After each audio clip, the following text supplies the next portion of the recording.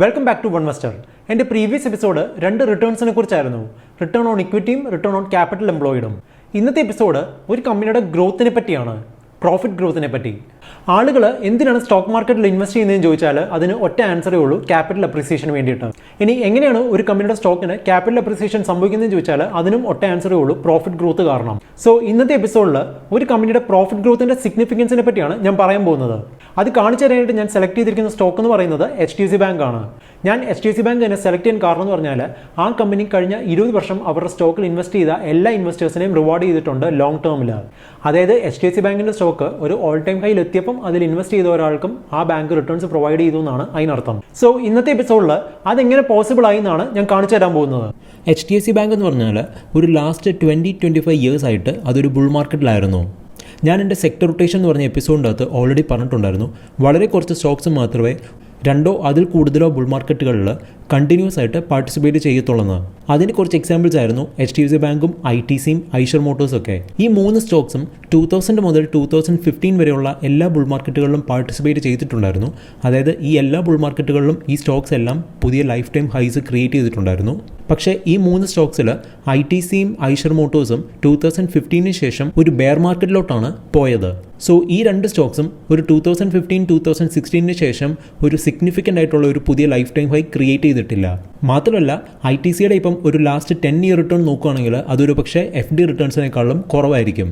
അതുപോലെ ഐഷർ മോട്ടോഴ്സിൻ്റെ ഒരു last 5 year returns നോക്കുകയാണെങ്കിൽ അത് സേവിങ്സ് ബാങ്കിൻ്റെ ഇൻട്രസ്റ്റ് റേറ്റ് ആയ 4%-നേക്കാളും താഴെ ആകാനാണ് ചാൻസ് കൂടുതൽ. സോ ഇന്നത്തെ എപ്പിസോഡിൽ ഞാനൊരു കമ്പനിയുടെ പ്രോഫിറ്റ് ഗ്രോത്തിൻ്റെ ഇമ്പോർട്ടൻസ് ആണ് കാണിച്ചു തരാൻ ഉദ്ദേശിക്കുന്നത്. അതിന് ഞാൻ സെലക്ട് ചെയ്തിരിക്കുന്ന സ്റ്റോക്ക് എന്ന് പറയുന്നത് HDFC ബാങ്ക് ആണ്.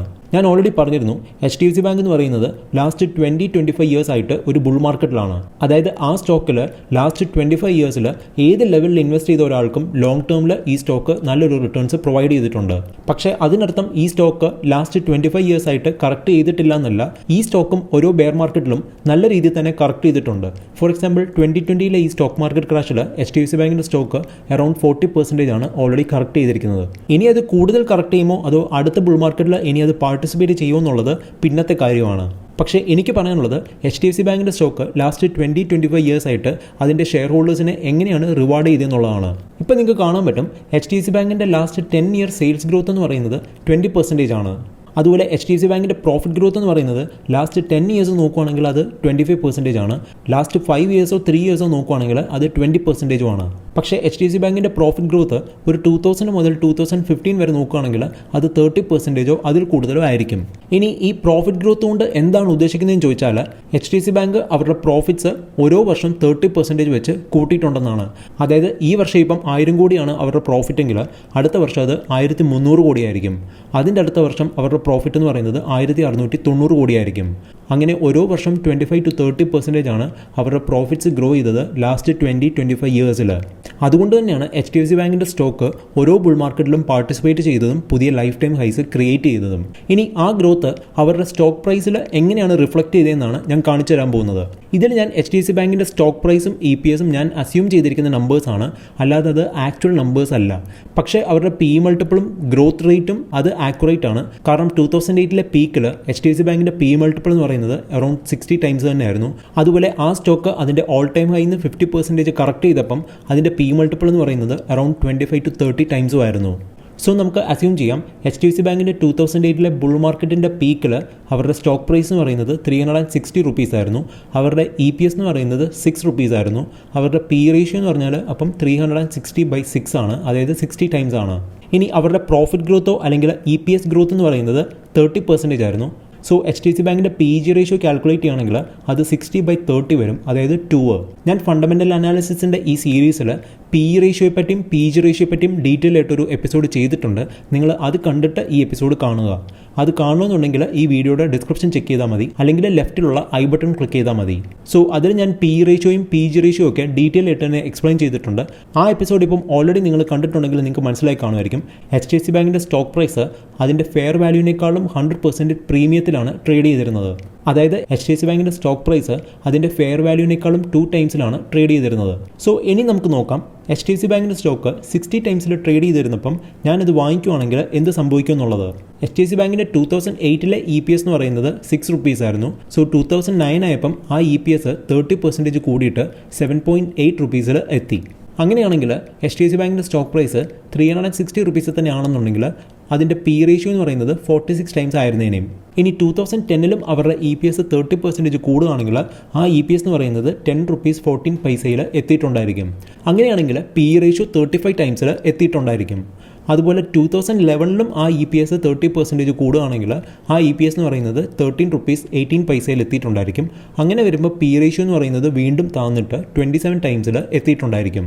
അങ്ങനെ 2012 2013 ആ EPS 30% ഗ്രോ ചെയ്യുമ്പം ആ EPS എന്ന് പറയുന്നത് 2013 22.27 എത്തിയിട്ടുണ്ടായിരിക്കും.